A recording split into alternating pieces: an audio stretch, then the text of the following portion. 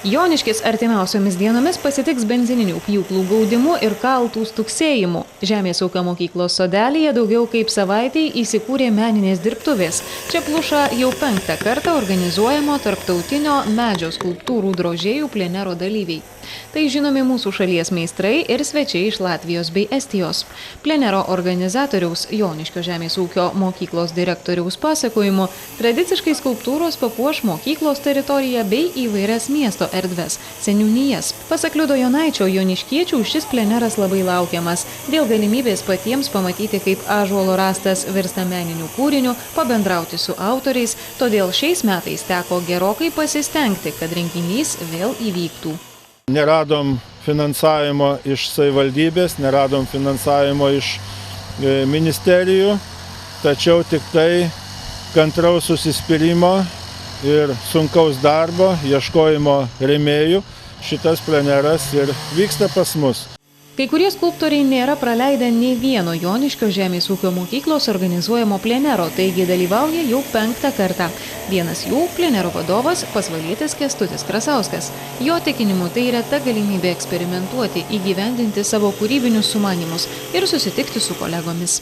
Plenero metu yra duodama tema ir pagal tą temą mes galime išreikšti tai, kas mums iš tiesų guli ant širdies, ką mes norėtume patys pavaizduoti, kas mums yra įdomu, patiems įdomu.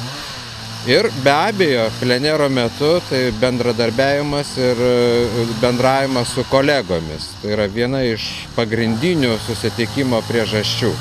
Šiemet plenere dalyvauja 2 šiauliečiai skulptoriai. Žinomi menininkai sako ir šiaip randantys laiko ir progų kūryboje improvizuoti. Tačiau toks pleneras visad yra įdomesnis nei darbas įprastoje aplinkoje. Bičiulių bei naujų pažįstamų draugijoje ir smagiau, ir galima sužinoti daug naujo, pasidalinti patirtimi. Plenerai tai nuo seno, žinai, kai aš jau senas ir seniai dalyvauju, tai nuo senų laikų. Taigi tarybiniais laikais nemokėdavom pinigų, tai gaudavai arba spidolą, arba diplomatą, tai buvo pagrindinis prizas. Bet tai svarbiausiai būdavo, žinai, susitikti meistrus. O ypač, kai suvažiuoji va čia iš visos Lietuvos, tai netgi kartais ir technologijos, ir įrankiai, ir, žinai, ir šiaip žmonės įdomu. Yra kelios situacijos. Puikus oras visų pirma gamtoje. Gera mediena, ąžuolo, kurią galima puikiai apdirbti su įrankiais, ir puikus bendravimas tarp kolegų.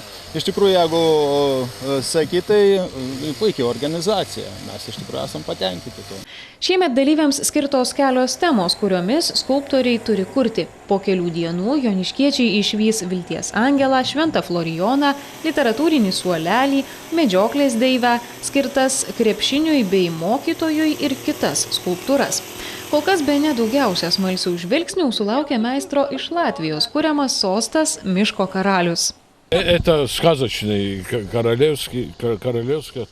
pasakų karaliaus sostas. Aš pamaniau, kad juk tais laikais karaliai ne tik soste sėdėdavo, o ir keliaudavo kur nors. Tad ir ištikimą draugą šalia padariau. Sėdėti čia nelabai patogu, bet juk ne kiekvienas ir gali soste sėdėti. Juk čia ne kokia paprasta kėdė. Dėl to jis net aukščiau pakeltas, net kojos žemės nesiekia. Taigi, tegul kiekvienas šitą sostą išmėgina. Planuojama, kad plenero dalyviai darbus baigs šios savaitės pabaigoje ar kitos pirmomis dienomis. Joniškiečiams bei miesto svečiams pirmiausia bus pristatytos visos skulptūros, o vėliau jos papuoš įvairias miesto erdves bei šventes. Pavyzdžiui, krepšinio tema kurtas Estijos skulptoriaus darbas taps Tafisa sporto žaidynių renginių puošmena.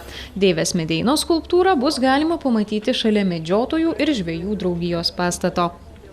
Viktorija Grušaitė, Paulius Lebedis, Šiaulių televizijos žinios.